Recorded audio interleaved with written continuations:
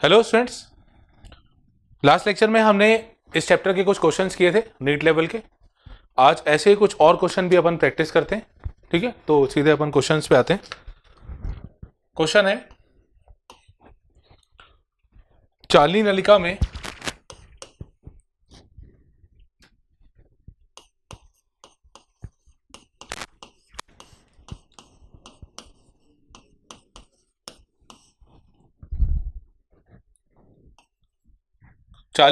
कार्बनिक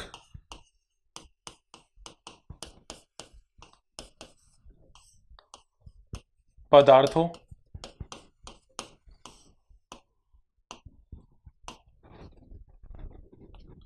का परिवहन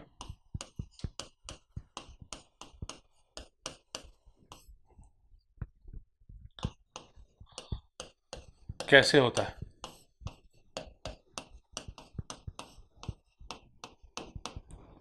चालनी नलिका में कार्बनिक पदार्थों का परिवहन कैसे होता है। पहला ऑप्शन है इसमें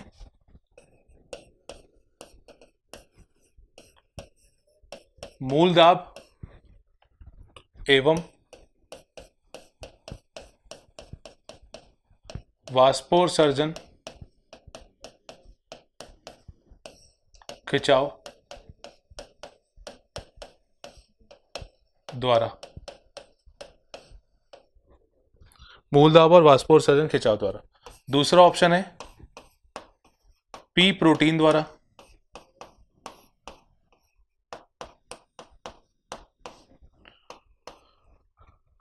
थर्ड ऑप्शन है इसमें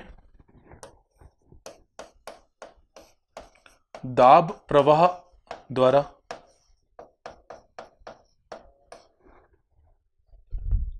चौथा ऑप्शन है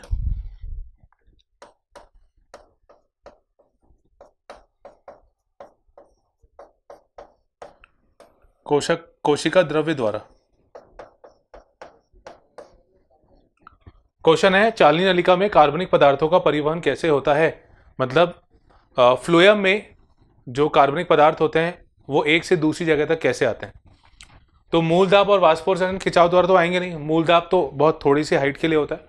वाष्पोत्सर्जन खिंचाव जाइलम में मुख्यतः होता है और वो ऊपर तक पानी लेके जाता है। अपने यहाँ पे बात की है चालनी नलिका में कार्बनिक पदार्थ, मतलब भोजन और भोज्य पदार्थ की बात हो रही है। पी प्रोटीन जो होता है, पी प्रोटीन तो चालनी नलिका में प्रेजेंट होता है और वो थोड़ा बहुत परिवहन कराता है। साथ साथ में जो अगर कुछ ऐसी कटपिट हो जाती है पादप कोशिका में तो उसको ठीक करता है। दाब प्रवाह द्वारा ये होगा, बिल्कुल होगा, क्योंकि दाब प्रवाह मतलब जो कुंड है, स्रोत है, उससे कुंड की ओर। तो ये अपन ने पढ़ा था, डिटेल में पढ़ा था, तो ये ऑप्शन इसका बिल्कुल सही होगा। और चौथा है कोशिका द्रव्य द्वारा। तो कोशिका द्रव्य जो होती है, कोशिका द्रव्य में जो गति होती है, मतलब उसमें जो मूवमेंट होता है जिसके कारण पदार्थ मूव करते हैं, उनका परिवहन होता है, वो बहुत सीमित क्षेत्र तक होता है। तो इसमें दाब प्रवाह इसका सही ऑप्शन है।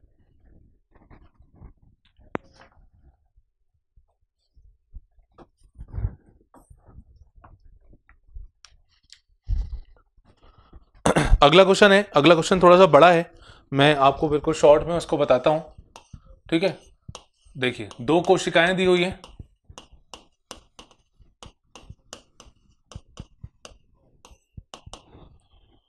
और इसमें एक कोशिका है, कोशिका ए। इसका ओपी जो दिया हुआ है ये है 10 एटीएम और टीपी जो दिया हुआ है ये है -7 एटीएम।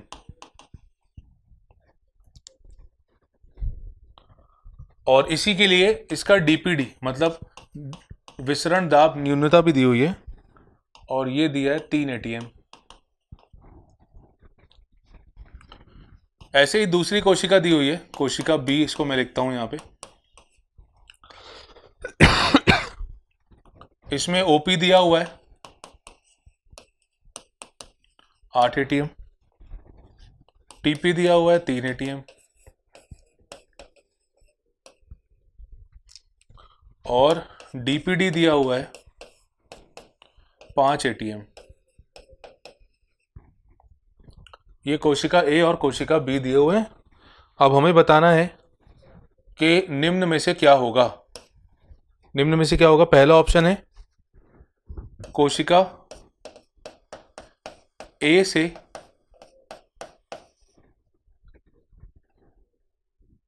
बी की ओर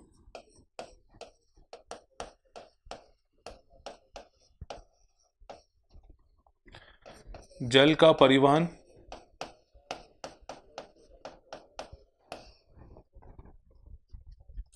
सेकंड ऑप्शन है कोशिका बी से ए की ओर जल का परिवहन। थर्ड ऑप्शन है इसका कोई परिवहन नहीं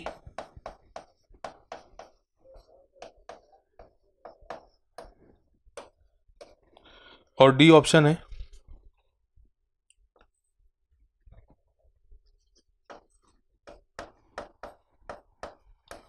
दोनों के मध्य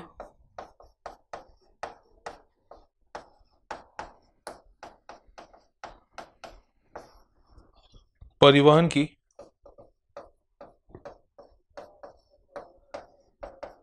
एक समान दर।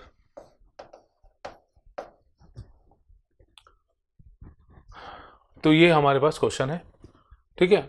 अगर इसको हमको आसानी से सॉल्व तो हम कर सकते हैं। अब इतना सारा डेटा दिया हुआ है तो हम इसमें बिल्कुल टारगेट चीज़ पे आते हैं जो हमें आसानी से बता देगी जिससे जल का परिवहन कहाँ से कहाँ होगा। सबसे इंपॉर्टेंट है ये वाला पार्ट। इसमें देखिए ये वाला पार्ट डीपीडी का मान, यहाँ पे डीपीडी का मान दिया हुआ है 3 और 5। हमें पता है कि जल का जो परिवहन होता है, जल का परिवहन कैसे होता है? कम डीपीडी से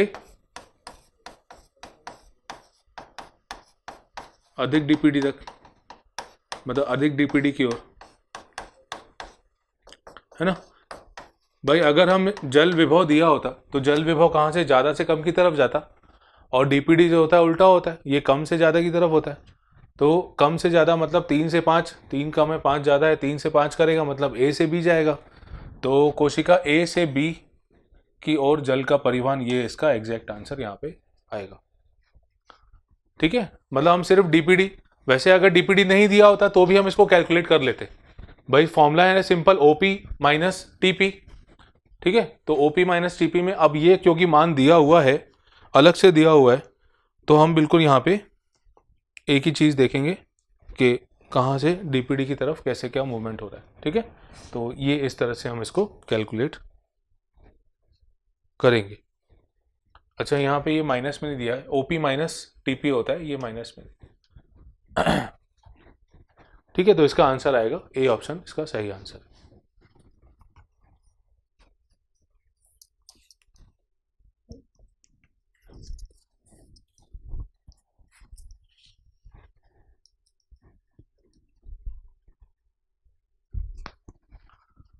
नेक्स्ट क्वेश्चन है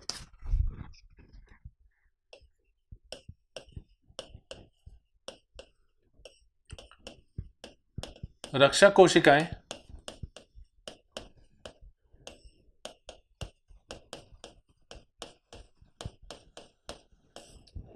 रक्षक कोशिकाएं सहायता करती हैं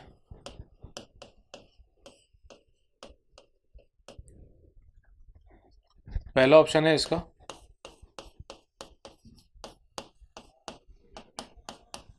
वाष्पोत्सर्जन में, दूसरा बिंदु स्त्राव में, तीसरा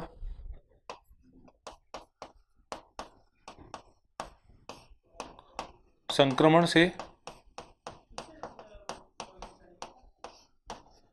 बचाने में, और चौथा है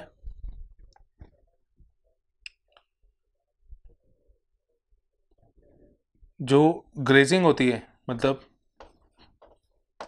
पशुओं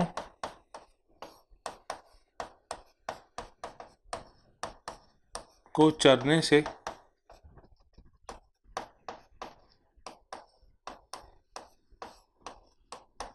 रोकने में।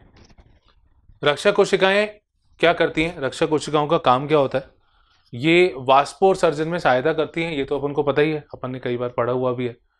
ठीक है, तो रक्षक कोशिकाएं सहायता करती हैं वाष्पोत्सर्जन। भाई बिंदु स्राव में अब हाइडाथोट्स होते हैं, जो छोटे छोटे छिद्र होते हैं, हाइडाथोट्स कहते हैं उन्हें, वो होते हैं। संक्रमण से बचाने में रक्षक कोशिकाएं बचाती हैं, पर वो सुरक्षा देती हैं, संक्रमण से नहीं बचा पाती। और पशुओं को चरने से रोकने में तो इनका कोई रोल होता ही नहीं है, तो इसका फर्स्ट ऑप्शन सही आंसर आएगा।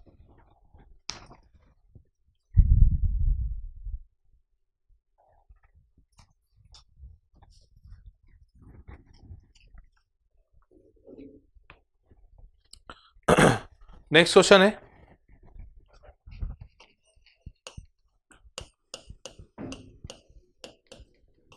निम्न में से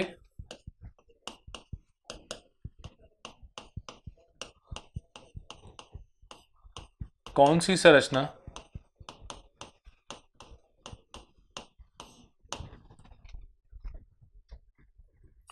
पदार्थों के परिवहन में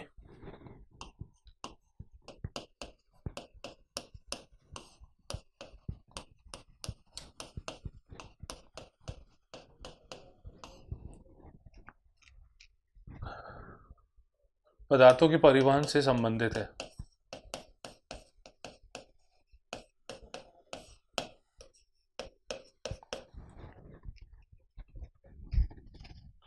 पहला ऑप्शन है इसका जीव द्रव्य कला,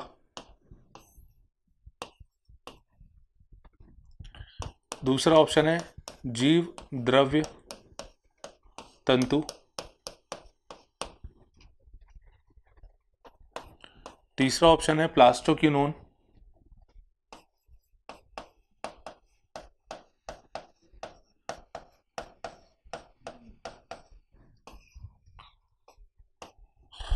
चौथा ऑप्शन है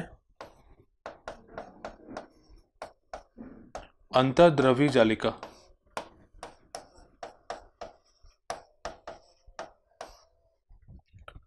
ठीक है, निम्न में से कौन सी संरचना पदार्थों के परिवहन से संबंधित है? जीव द्रव्य कला मतलब प्लाज्मा झिल्ली, कोशिका झिल्ली, तो ये एक हो सकता है ऑप्शन। दूसरा जीव द्रव्य तंतु, ये तो बिल्कुल ही हो सकता है। प्लास्टोक्विनोन, इसमें परिवहन का कोई मतलब नहीं है। अंतर्द्रव्य जालिका, ये भी परिवहन से संबंधित नहीं है।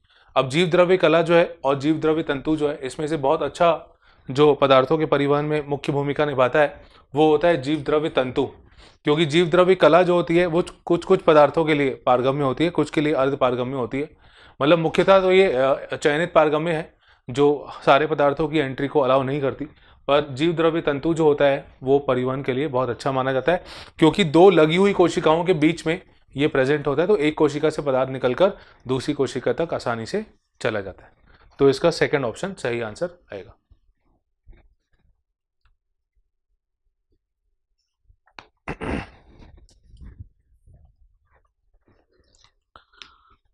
अगला क्वेश्चन है,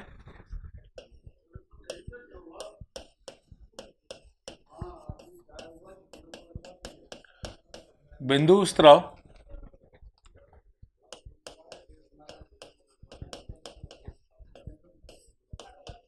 किसके कारण होता है?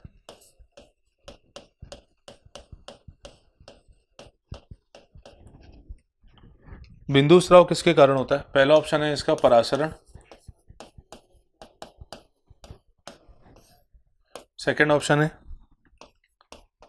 मूल दाब, थर्ड ऑप्शन है विसरण,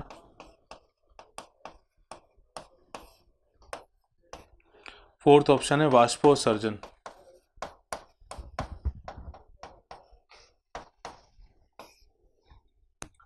ठीक है, बिंदु स्राव किससे संबंधित है, किसके कारण होता है? देखिए बिंदु स्राव सबसे पहले परासरण, तो परासरण कोई भूमिका तो उसमें नहीं निभाता है। ये जब अपन पढ़ रहे थे तब भी मैंने बात की थी कि बिंदु स्राव हाइडाथोट के कारण होता है, और जो मुख्यतः मूल दाब होता है, मूल दाब के कारण ये होता है। तो यहाँ पे मूल दाब ऑप्शन में है, बिल्कुल है, सेकंड ऑप्शन इसका सही होगा। मूल दाब के कारण बिंदु स्राव होता है, ये आप अच्छे से ध्यान रखिएगा। ठीक है, तो इसमें कुछ ऐसे समझाने लायक नहीं है, सेकंड ऑप्शन इसका करेक्ट आंसर आएगा।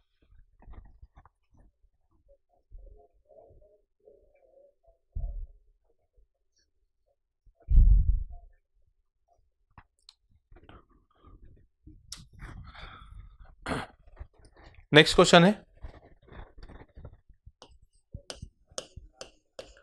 वातरंध्र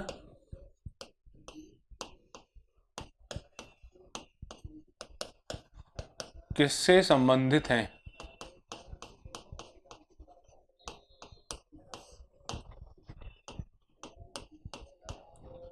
वातरंध्र किससे संबंधित है? पहला,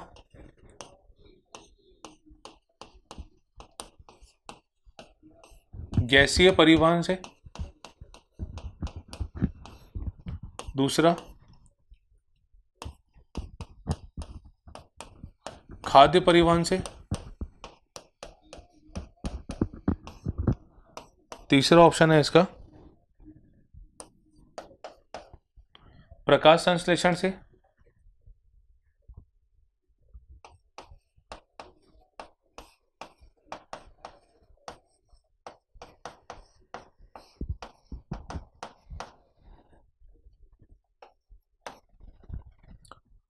चौथा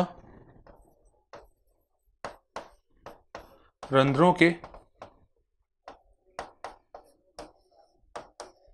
खुलने से। क्वेश्चन, वातरंध्र जिसे अपन लेंटिसेल भी कहते हैं, तो ये किससे संबंधित होते हैं ये अपन को बताना है। ठीक है, देखिए इसमें परिवहन का तो कोई रोल नहीं होता, मतलब भोज्य पदार्थ के परिवहन का कोई रोल नहीं होता।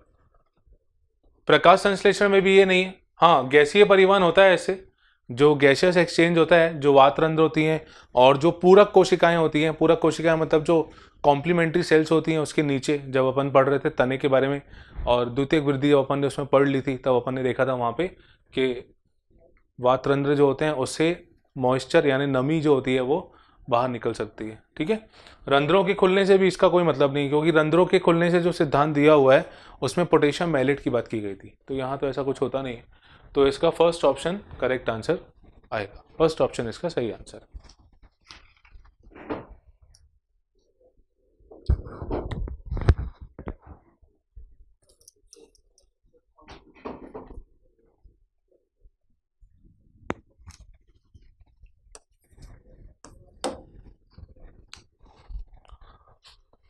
अगला क्वेश्चन है,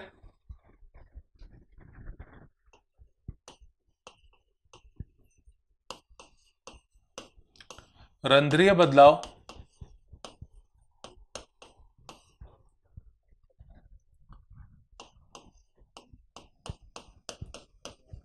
के बारे में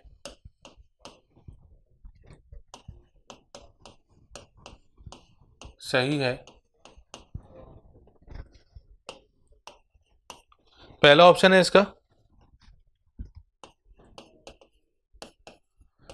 रक्षक कोशिकाओं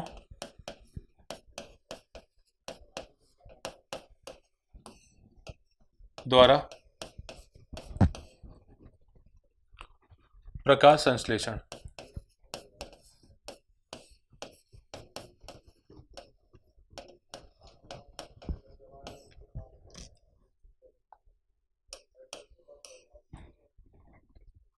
सेकंड ऑप्शन है इसका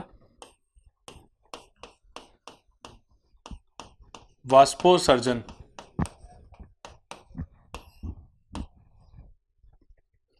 थर्ड ऑप्शन पोटेशियम का अंदर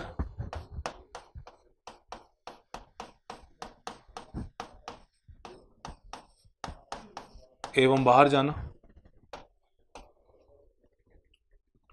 चौथा है स्टार्च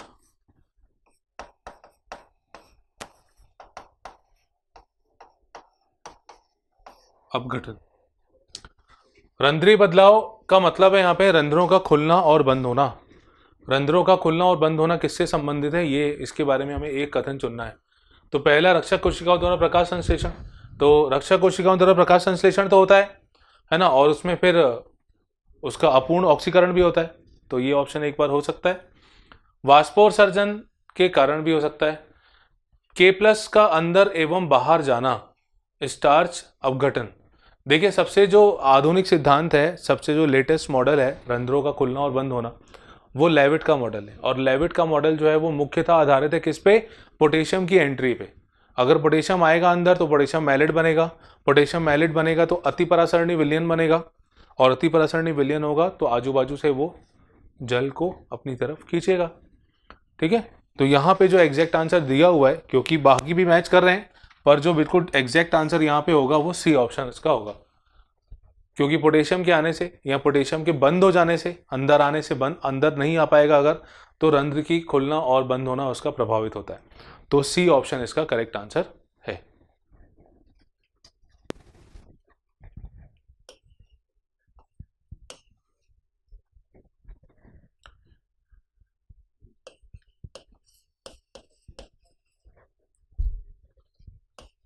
जाइलम वाहिकाओं में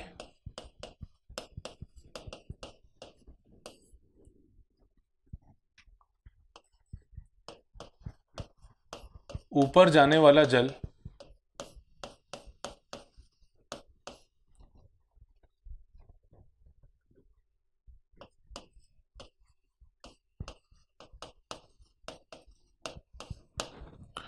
संपर्क नहीं तोड़ता,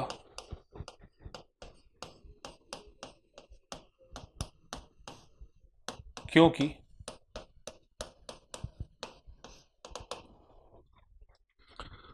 मतलब क्वेश्चन में ये है कि जो जो नीचे से खिंचाव ऊपर की तरफ आता है और जल जो होता है बिल्कुल बिना एक दूसरे से दूर जाए, जल के जो अणु है बिल्कुल एक दूसरे से बिना दूर जाए ऊपर की तरफ चढ़ते रहते हैं, तो उसका कारण क्या हो सकता है? पहला ऑप्शन है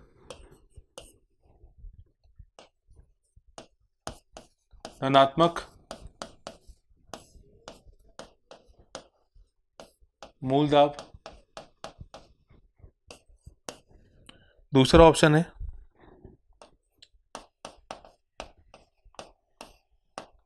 शर्करा का घोल,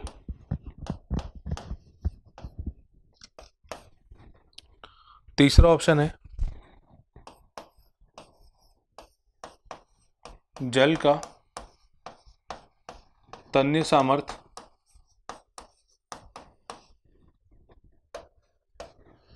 चौथा ऑप्शन है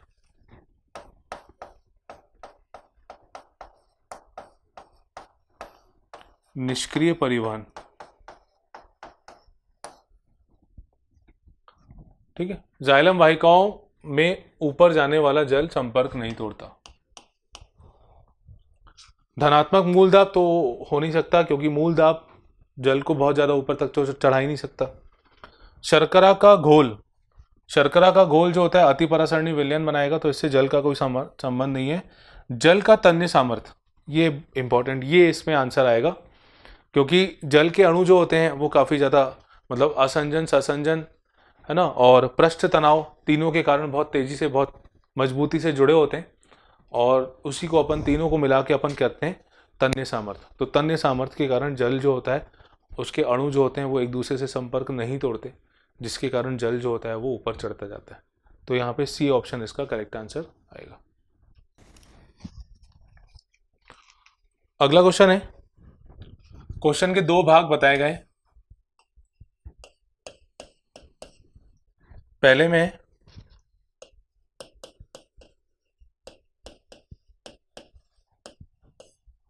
अधिकांश नाइट्रोजन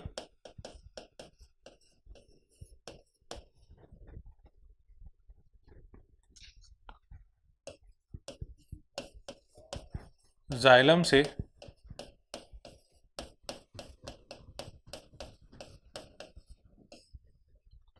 कार्बनिक रूप में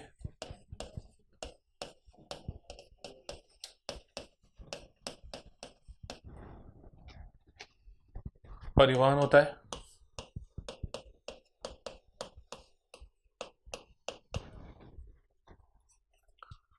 और दूसरा है फ्लोयम में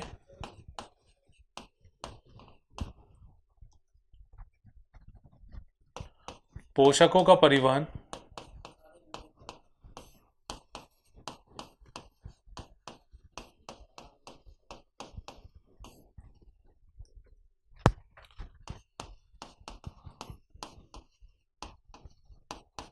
एक दिशा में होता है।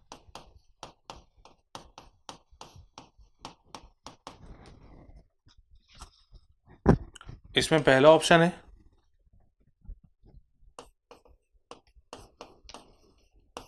केवल ए सही है,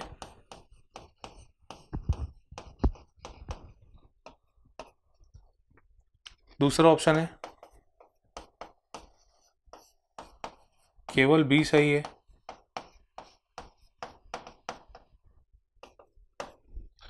तीसरा ऑप्शन है ए एवं बी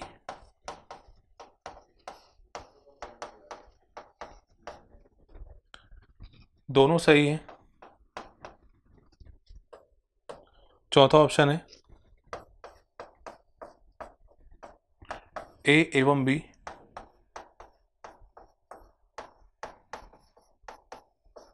दोनों गलत है। ठीक है, ये हो गया क्वेश्चन। अब क्वेश्चन देखिए, अधिकांश नाइट्रोजन जाइलम से कार्बनिक रूप में परिवहन होता है, फ्लोएम में पोषकों का परिवहन एक दिशा में होता है। देखिए पहली बात तो ये तो बिल्कुल गलत हो गया कि एक दिशा में होता है फ्लोएम का परिवहन, फ्लोएम से पोषकों का परिवहन, जबकि कहानी ये है कि पोषकों का जो परिवहन होता है वो दोनों दिशाओं में होता है। अब ऊपर वाला पार्ट आता है, तो जाइलम में ये तो सही दिया हुआ है कि नाइट्रोजन का जो परिवहन होता है वो मुख्यतः कार्बनिक रूप में होता है। हमें ये पता है कि अमीनो अम्ल जो होते हैं वो काफ़ी ज़्यादा मात्रा में इनका परिवहन होता है पादपों से जाइलम के थ्रू। ठीक है, तो ये ऑप्शन पहला वाला तो सही है, तो इसमें फर्स्ट ऑप्शन सही है, सेकंड गलत है। अब ऑप्शन मैच करते हैं इसमें, केवल ए सही है, हो सकता है ये, केवल बी सही है, ये नहीं हो सकता, ए एवं बी दोनों सही है, ये नहीं होगा, ए एवं बी दोनों गलत हैं, ये भी नहीं होगा।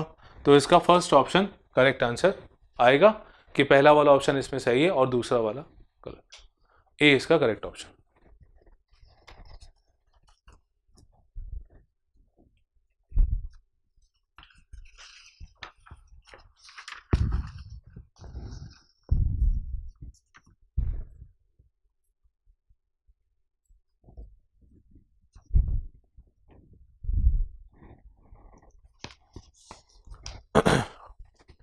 नेक्स्ट क्वेश्चन है,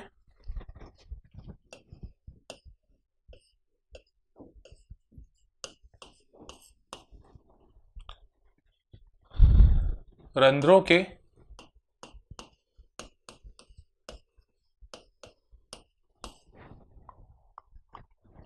खुलने पर क्या नहीं होता, मतलब जब रंध्र खुलते हैं तब उसमें से क्या नहीं होता है। पहला,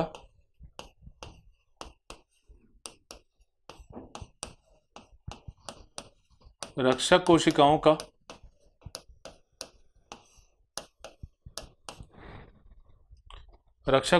का पीएच बढ़ना,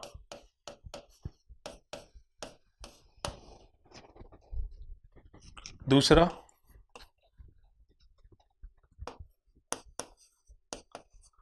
रक्षक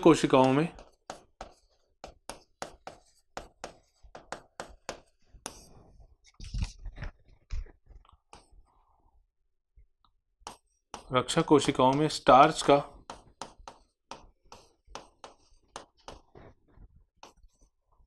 जलीय अपघटन,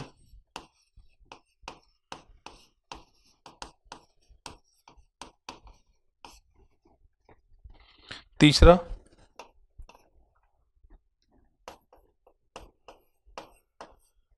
स्फीति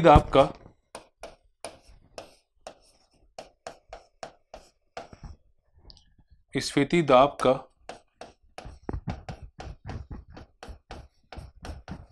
सहायक कोशिकाओं में बढ़ना,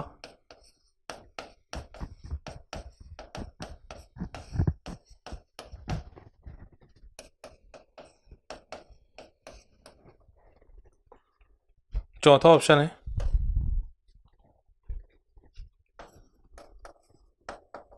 रक्षक कोशिकाओं में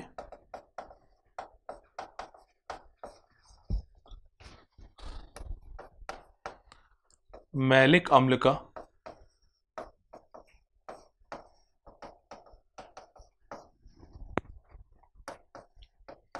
टूटना। रंध्रों के खुलने पर क्या नहीं होता, तो रक्षक कोशिकाओं का पीएच बढ़ना, पीएच बढ़ना होता है, बिल्कुल होगा, क्योंकि रक्षक कोशिकाएं जब रंध्र खोलेंगे मतलब क्या, हाइड्रोजन बाहर जाएगा, हाइड्रोजन बाहर जाएगा मतलब पोटेशियम अंदर आएगा। तो हाइड्रोजन जब बाहर जाएगा तो पीएच जो होगा वो क्षारीय मीडियम माध्यम की तरफ बढ़ेगा ना, तो यहाँ पे पीएच बढ़ेगा, बिल्कुल बढ़ेगा।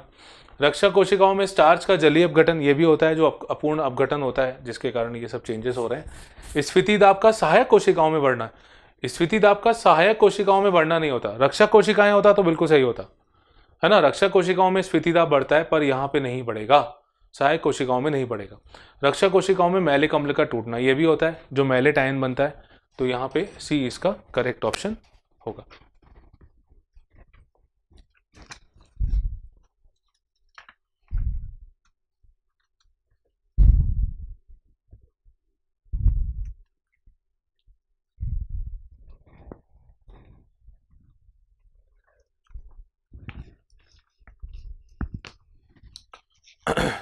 अगला क्वेश्चन है,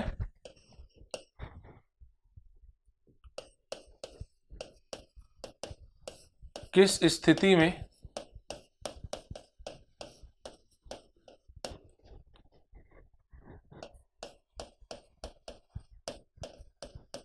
वाष्पोत्सर्जन दर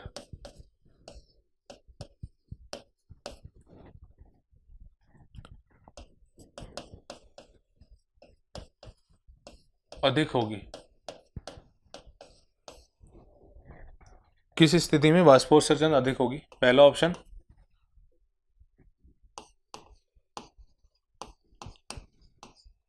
जल की अधिकता,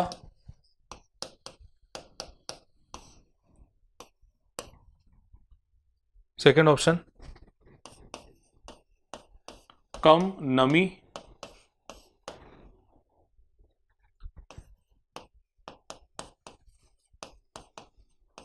अधिक ताप,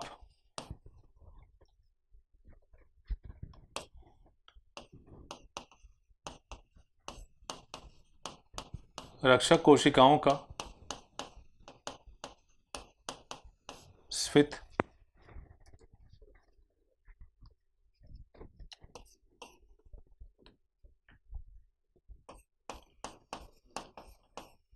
वायु का कम बहाव,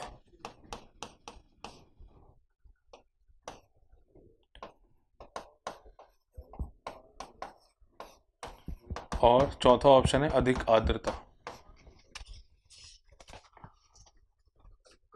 क्वेश्चन है, किस स्थिति में वाष्पोत्सर्जन दर अधिक होगी?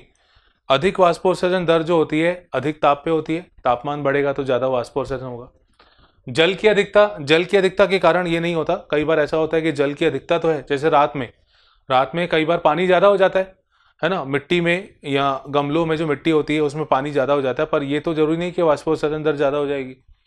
वायु का कम बहना, वायु का कम चलना मतलब वायु अगर कम होगी, कम उसका बहाव होगा या कम अगर वो हो रही है, तो उस कारण से बाहर जो आसपास पत्तियों की नमी है वो उसको लेके नहीं जा पाएगी, जिससे नमी बढ़ती जाएगी।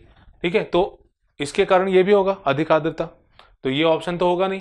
अधिक आर्द्रता भी नहीं होगा, क्योंकि जल जो है वो ज़्यादा जल विभव से कम की तरफ चलता है, तो बाहर की तरफ जल विभव कम होना चाहिए, अंदर की तरफ ज़्यादा होना चाहिए। आर्द्रता अधिक हो जाएगी तो उल्टा हो जाएगा। ठीक है, तो ये भी नहीं होगा जल की अधिकता। इसका सही ऑप्शन आएगा ऑप्शन बी। तो ये हमने आज इसके क्वेश्चंस किए। आने वाले लेक्चर में फिर हम एक नया चैप्टर स्टार्ट करेंगे, तो आप और थ्योरी तैयार करिए और क्वेश्चन प्रैक्टिस करिए, ठीक है, और अच्छे से इसको रिवाइज करते रहिए। तो मिलते हैं नेक्स्ट क्लास में। Thank you.